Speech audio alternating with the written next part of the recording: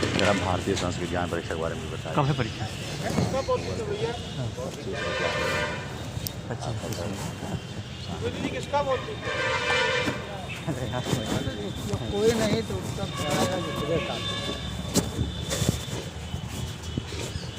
प्यारे बच्चों, good morning. देखिए, आज 8 अगस्त हो गई है। हमारा अध्यापन तेज़ी से आगे बढ़ रहा है। इधर हम लोग बिजी थे थोड़ा सा डाटा शीट बनाने में। हो सकता है कि एक आध पीरियड खाली रहे हों। खाली पीरियड में आप लोग स्वाध्याय करेंगे, अपना काम पूरा करते रहेंगे। अफसोस है कि ये भी कुछ लड़के जो है बिना यूनिफॉर्म के आ रहे हैं। अब ये बंद हो जाना चाहिए। एक सूचना ये भी है कि संस्कृत ज्ञान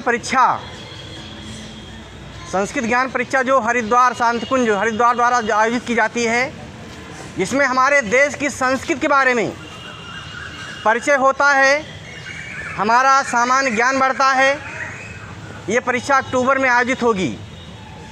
उसके लिए आपको पुस्तिका मिल जाएगी, उसकी तैयारी करेंगे। बहुत अच्छी चीज़ है तुम्हारे भविष्य के लिए, क्योंकि इससे न केवल आपको संस्कार मिलेंगे बल्कि आपको जीके तैयार करने में भी सहायता मिलेगी और एक आधार बन जाएगा।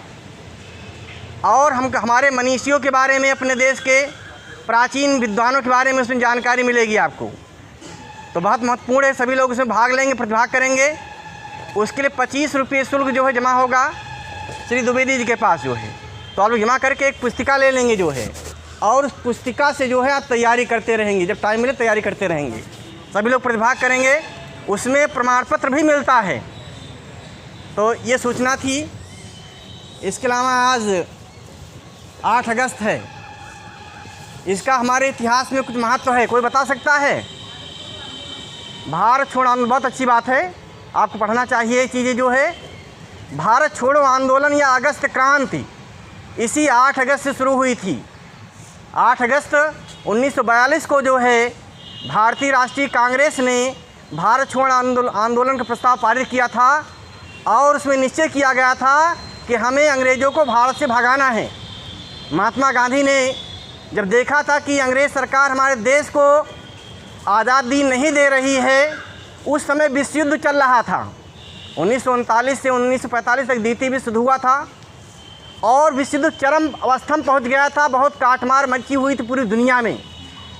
इंग्लैंड, फ्रांस, ये सब हार रहे थे।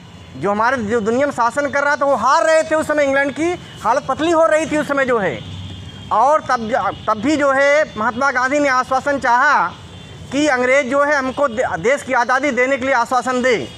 जब आश्वासन नहीं दिया तो भारतीय राष्ट्रीय कांग्रेस में 8 अगस्त को बम्बई में जो है ये भारत छोड़ो आंदोलन प्रस्ताव पारित किया गया, और करो या मरो का नारा दिया गया।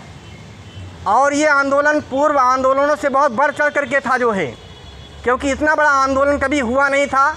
वैसे गांधी जी अहिंसा के पुजारी थे, लेकिन जब ये प्रस्ताव पारित हुआ, अंग्रेज़ सरकार सतर्क हो गई, तो इन नेताओं को गिरफ्तार करके जेल में डाल दिया गया। जो भी भारतीय राष्ट्रीय कांग्रेस के जो उस समय नेता थे और स्वतंत्रता आंदोलन की संघर्ष कर रहे थे, उनका नेतृत्व कर रहे थे, उनको जो है गिरफ्तार करके जेलों में ठूंस दिया गया।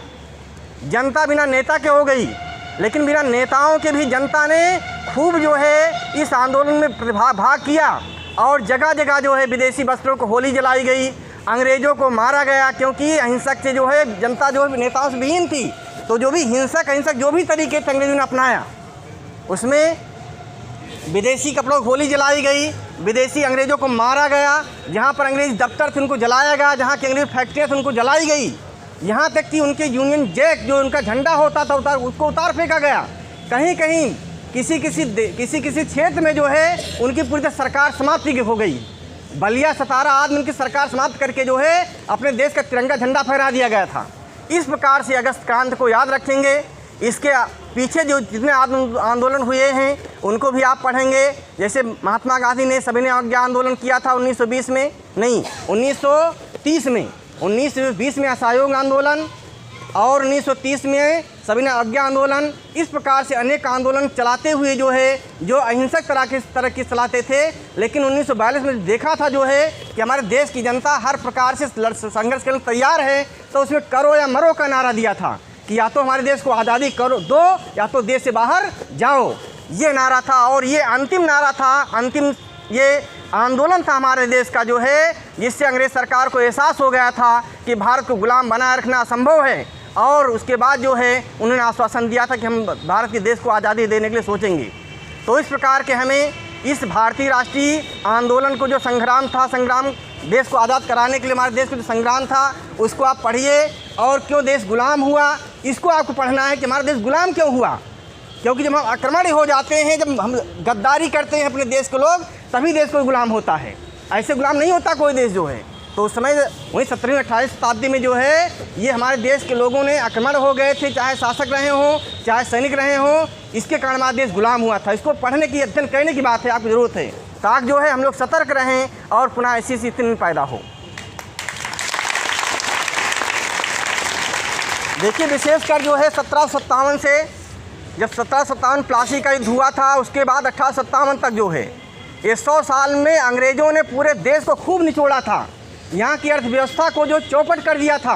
एक लेखक ने लिखा था कि यहाँ की अर्थव्यवस्था जो है अंग्रेज़ों के लिए कि स्पंज के समान काम करती है, जो इसको अर्थव्यवस्था सोख लेती है, यहाँ पैसा सोख करके जो है जाके टेम्स नदी किनारे जो है उसको निचोड़ता है।